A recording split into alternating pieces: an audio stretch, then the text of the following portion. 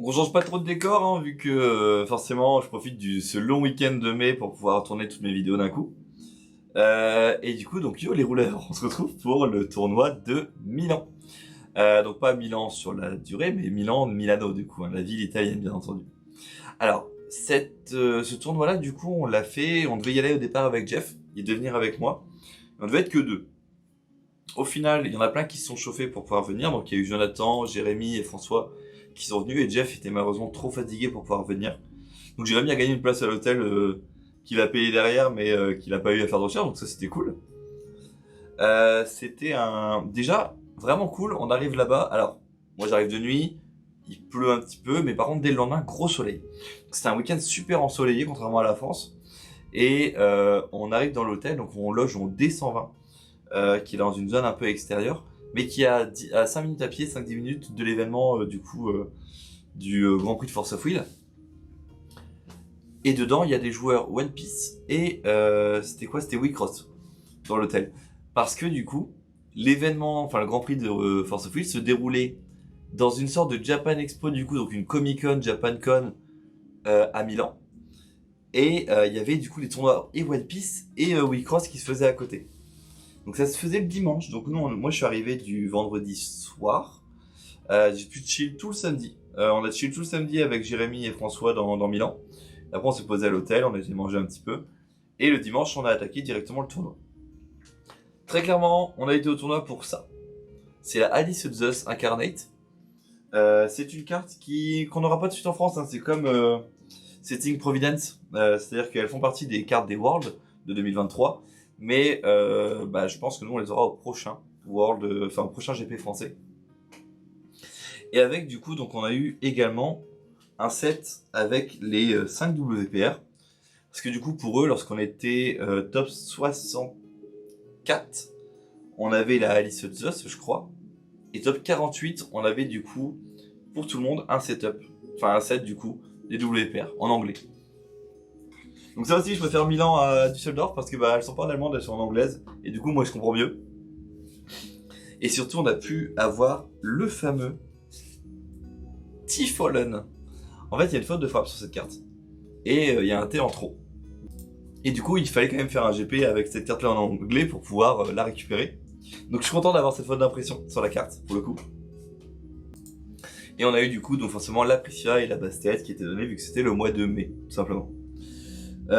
Ensuite, nous avons aussi des petites choses super sympas. C'est que la PAF a été de 35€. Ouais, c'était 35€ pour la PAF. Donc forcément là-dessus, moi de toute façon, je suis remboursé déjà avec ce que j'ai dedans. Et en gros, la veille au soir, le samedi soir, il était 23h, je crois. Et je dis à Jérémy, voilà, on va t'entraîner sur Viga. Parce que François lui a dit, prends Viga à ses forces, tu vas gagner. Parce que le but de Jérémy, c'était qu'il gagne pour qu'il puisse venir avec nous au Japon. Malheureusement, il n'y avait qu'une seule place tout frais payé, il n'y avait pas de place non frais payé. Donc je suis en mode, ça c'était un peu dommage. Et avec ça, Jérémy, du coup, il s'est dit, voilà, ok, je passe sur Viga au lieu d'Aristella avec son tour infini. Moi, je suis avec mon Aristella, on fait 2 matchs. Il me fouette les 2 matchs. Alors je lui dis quelle carte il faut garder parce qu'en fait François il a juste fait jouer le deck mais il lui a pas dit un peu les strats qu'il y avait derrière. Donc il joue, il me file son deck, je joue en étant Viga histoire de lui montrer comment est-ce qu'on peut partir en combo parce que en fait il savait pas trop, est-ce qu'on part en combo en tour 2, en tour 3, combien de points de vie. Donc je les traîne un petit peu là-dessus. 2 matchs, et je lui dis en vrai Viga c'est fort, Aristella il va encore me faire fouetter. Et bizarrement j'ai construit un Viga. Alors, en fait, c'est juste que j'avais les cartes pour faire un deuxième Viga, donc j'ai construit un Viga à l'hôtel. Et j'ai joué Viga aussi, donc tous les Français avaient Viga, quasiment sauf François qui avait Falcon. Seulement moi, dans mon Viga, j'ai mis du coup ma Ayu dans mon side deck. Alors, c'est important pour la suite, parce que voilà, pour ceux qui regardent et tout, forcément, si vous regardez la decklist, vous allez voir une Ayu, vous allez vous demander pourquoi, c'est juste par superstition en fait. Étant donné que j'adore Ayu, il fallait qu'elle soit au plus proche de moi. Et qu'est-ce qu'on peut faire au plus proche de moi que sur le tapis, sur la coin et dans le deck. Donc elle est là pour ça très clairement. une fois qu'on a fait ça, du coup, donc on rentre la liste sur faux système italien, enfin faux TCG italien, pardon. Et on arrive donc forcément à la convention, on galère un petit peu à rentrer parce que bon, ils voulaient nous faire payer le ticket, notre en mode bah non, il n'y a pas besoin, on a déjà payé, enfin. Mais on arrive à rentrer assez rapidement. On rencontre les juges italiens qui disent qu'il n'y a pas de souci pour que je puisse streamer du coup avec ma caméra. Ils me disent bah voilà, pas de souci, tu demandes juste aux 2 joueurs, je fais ok, nickel. Et on démarre le tournoi. Alors, ce démarrage de tournoi, forcément, il démarre assez fort. Parce que il faut qu'on fasse le plus de wins possible. On est que 21, je crois, ou un truc comme ça. Et il faut réussir à faire vraiment quasiment un perfect. Donc pour ma part, moi du coup, j'affronte François en premier match. Alors, l'avantage, c'est que François a déjà sa qualif. Et le but, c'est qu'il puisse nous laisser passer un petit peu. Donc, on se dit, bah écoute, on va quand même jouer le match. Parce qu'il me demande en fait, on joue le match ou on joue pas le match. Parce que forcément, pour moi, ça me permettrait de passer directement. Mais je dis non, écoute, on y va à fond. Parce que le GP vient de démarrer et il faudrait qu'on commence un peu à traîner nos mécaniques et qu'on soit sûr de comment est-ce qu'on va tourner nos decks. Et il dit ouais, carrément. Et du coup, on fait 1-1. Parce que sur la deuxième, du coup, j'arrive à le tenir sur la draw avec mes Inferno. Donc, il me laisse la victoire. Parce que, donc moi, ça me permet de démarrer avec une victoire en plus. Alors, avant tout ça, c'est vrai, pardon, j'oublie un détail important. C'est que, avant qu'on soit rentré dans la convention, on a rencontré tout le monde. Donc on a vu Alejandro, on a vu nos amis allemands, et en fait du coup on s'est dit mais tout le monde est venu en fait avec un gars qui a une invite tout frais payé, un gars qui a une invite non frais payé, et des autres gens. Et en fait du coup il y a eu on était en mode bah en fait on est des gatekeepers et on va voir un peu lesquels sont les meilleurs. Et donc il y en avait un dans chaque pays qui était là. Donc moi j'affronte du coup à la ronde 2 Stéphane. Stéphane du coup qui joue Killua. Et qui me chope la game sur un vieux Dragonborn plus Messia. Et sur la deuxième, il me tue également quasiment de la même façon. Enfin, moi, je crois que j'ai plus de cartes en main, donc en fait, il me chope là-dessus. Je suis en mode bon bah GG. Enfin, c'est vraiment parce que Killua arrive à... même lorsqu'elle a plus de cartes en main, elle arrive à en récupérer, donc c'est insupportable. Donc je suis en 1-1 à ce moment-là de la partie. Ronde 3, j'affronte un Ulga. Donc un gars d'Italie qui joue Ulga. Bon malheureusement je vais rentrer dedans quoi. C'était violent quoi, mais et je le tue sur la deuxième game je crois avec mon contrat en le swingant à 800. Donc je lui mets 2-0 et on a fini la game en, je crois que c'était en 10 minutes, 8 ou 10 minutes, qui nous a permis après de profiter un peu de la convention. Et donc j'arrive tranquillement sur la ronde 1, 2, 3, 4 en 2-1. Donc à partir de là, de toute façon, je sais que j'ai plus le droit de perdre, parce que si je repère une fois, bah, c'est fini pour moi. Je peux plus top. Déjà, en plus, il faut vous dire que... alors ça, c'est vraiment cool. Eux, ils ont une application pour gérer les pairings. Mais du coup, il n'y a pas trop d'affichage. Enfin, c'est... Ça, par contre, j'aime bien, nous, qu'on ait des affichages en France et ailleurs. Mais l'appli est vraiment cool. C'est fautecg.it. Et franchement, pour le coup, téléchargez-la. Si vous voulez avoir un petit truc pour les points de vie et tout, l'appli est vraiment cool. Et on arrive sur le pairing du coup de la ronde 4, donc l'avant-dernière ronde, où je vois marqué sur mon téléphone VIP, ok, Alejandro. Et alors là, je suis en mode, bon, comment je vais m'en sortir? Alors, que vous sachiez, du coup, pour moi, Alejandro, c'est littéralement un dieu, presque du deck building. Si je dois en placer un tout au-dessus, voilà, c'est... Enfin, j'ai jamais vu quelqu'un qui s'adapte aussi vite, qui crée des decks aussi incroyables et parfois fun et fort. Enfin, pour moi, vraiment, il est d'un autre niveau. Et j'en avais très très peur. Voilà, on va pas se mentir, j'avais très très peur d'Alejandro. On s'installe. Alors en plus, vous pouvez même pas voir ma game parce qu'elle avait bugué au bout de 2 minutes. Donc malheureusement, j'ai pas pu enregistrer la game entière et bah, je l'ai juste dans mes souvenirs. Mais je sais que la première game, en fait, dès que je tentais quelque chose, il me le contrait ou me l'envoyait en main. Et j'avais la même sensation qu'un poisson hors de l'eau, en fait, j'arrivais à rien. Genre je prenais juste des baffes. Tout le long de la game, j'ai pris des baffes. Et j'étais en mode, bon bah super. Je vais pas gagner comme ça. Parce que plus ça dure, forcément, plus Killua est forte, parce qu'il joue Killua. Et je lui dis, bon bah écoute, on va jouer, on va rentrer les Inferno et on va chercher Inferno. Et c'est ce que je fais. Et sur la deuxième game, du coup, j'arrive à le tuer parce que je paye mon sprint, je me mets à 400 points de vie. Franchement, j'étais en mode, ah c'est bon, de toute façon il a pas de Dragonborn. Enfin, surtout, il m'a pas pété ma muraille, donc c'est bon, ça passe. Et s'il doit péter sa muraille, bah, il va cramer un mana, c'est pas ce qu'il faut. Et je lui dis, bon bah, ok. Je lance mon sprint, il me le contre, je suis en mode, pas de soucis. Et je pose une... Enfin, j'avais une créature. Pardon. Au tour d'avant, c'était le petit... alors, je sais plus si c'est un ascendant ou un rogue. Et je l'avais invoqué. Et du coup, je suis en mode, bon bah, battle. Il dit ok. Sur la résolution des dégâts, vu qu'il n'y a pas de bloqueur, j'annonce Inferno en quick cast. Alors comment je fais, c'est que je lâche un Goddard, mon Goddard Crimson, pour pouvoir restaurer ma 4-4. Et je suis en mode, je restaure. Il dit ouais. Inferno. Et alors là, du coup, c'est bataille de contre. Hein, c'est... Moi, j'ai un truc qui me permet d'être incontrable et lui, il a un mana, donc bah, je suis en mode, bon bah voilà, ça passe. Parce que il fait Memory. Je crois que je fais Guerrion dessus. Et derrière, du coup, bah, il y a plus rien qui peut passer. Et bah, je suis en mode, bah super. Donc du coup, je gagne la deuxième game comme ça avec Inferno. Et je me dis, mais en fait, cette combo, elle est trop forte. Et sur la deuxième game, du coup, là par contre, cette fois-ci, on est plutôt dans une optique où Inferno, je ne l'ai pas en main. Par contre, j'ai mon contrat, j'en ai deux. Et bah, j'ai juste contracté en fait. Je suis descendu à 2000, j'ai contracté. Et j'ai tapé, j'ai swingé. Donc j'ai swingé, je crois, durant son tour 2 fois. Et après, durant mon tour, quand je l'ai récupéré, je l'ai full swingé et c'est passé. Même s'il m'a fait pumpkin, enfin il m'avait joué la pumpkin verte qui fait que je fais plus de dégâts.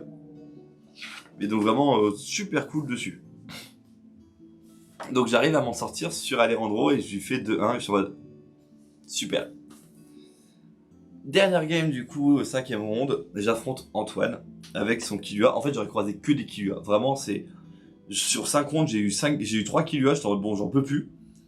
Mais en même temps c'est normal, c'est fort Killua. Enfin vraiment allez voir les decks Killua, elles sont vraiment magnifiques. Et donc j'affronte Killua avec Antoine. Ça c'est en stream, donc lorsque ça va tomber, de toute façon vous l'avez vu ou vous le verrez. Mais forcément en fait, moi je savais pas que... Enfin, quand on est en battle... En fait j'ai été trop vite dans la battle et du coup j'aurais dû annoncer ma battle petit à petit.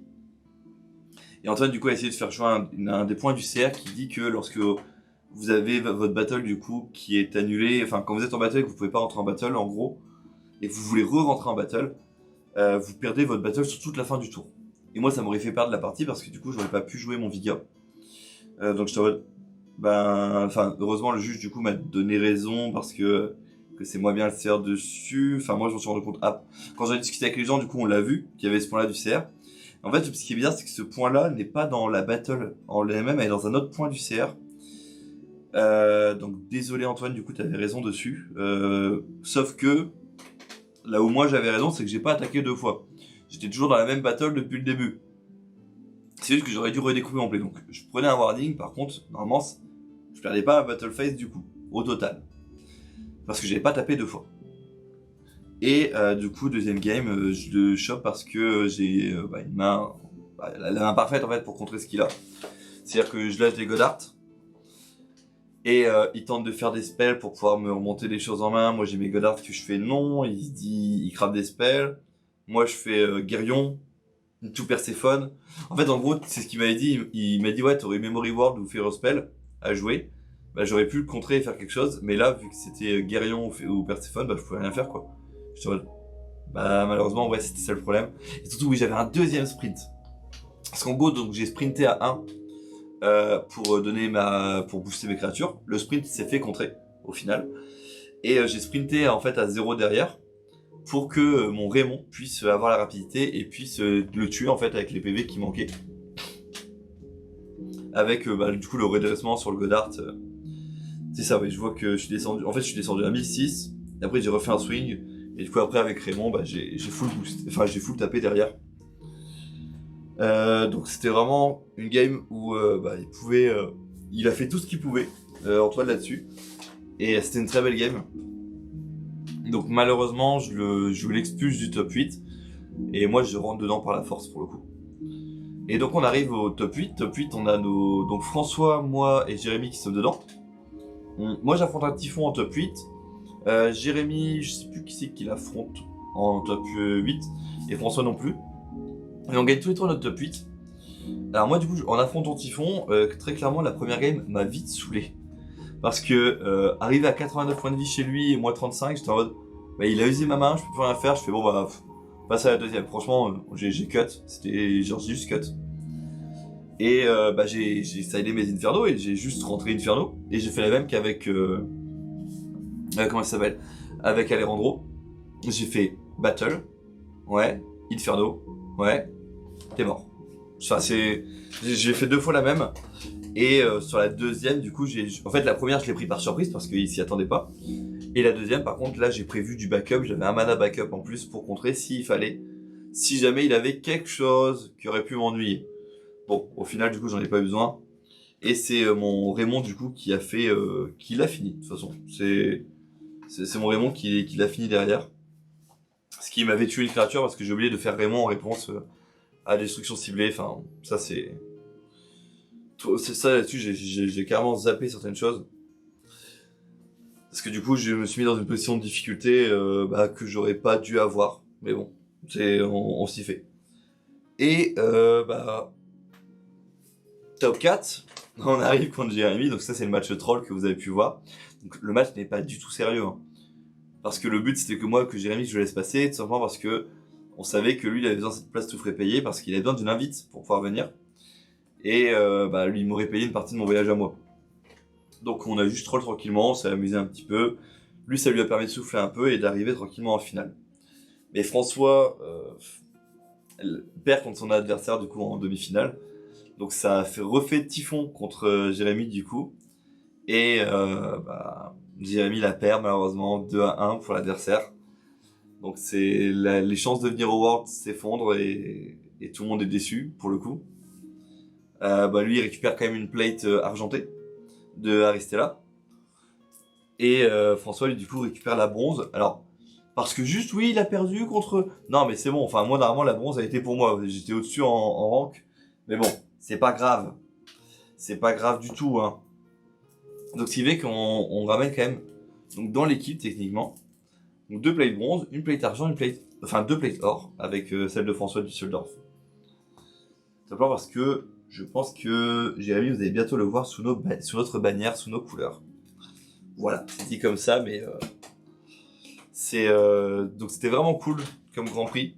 Les Italiens étaient ultra sympas. J'ai adoré discuter avec les judges et tout là-bas parce que forcément, moi j'en avais un qui adorait ma Ayu, qui voulait mon tapis. Je fais non, désolé, mais c'est un tapis qu'on a que en France et j'ai pas mon deuxième tapis malheureusement de lui péter.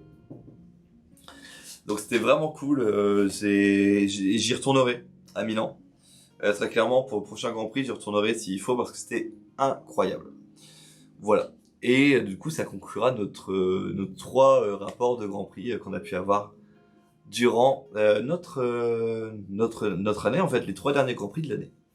Donc la prochaine fois que je ferai un rapport sera du coup sur les records directement du Japon. Voilà, voilà.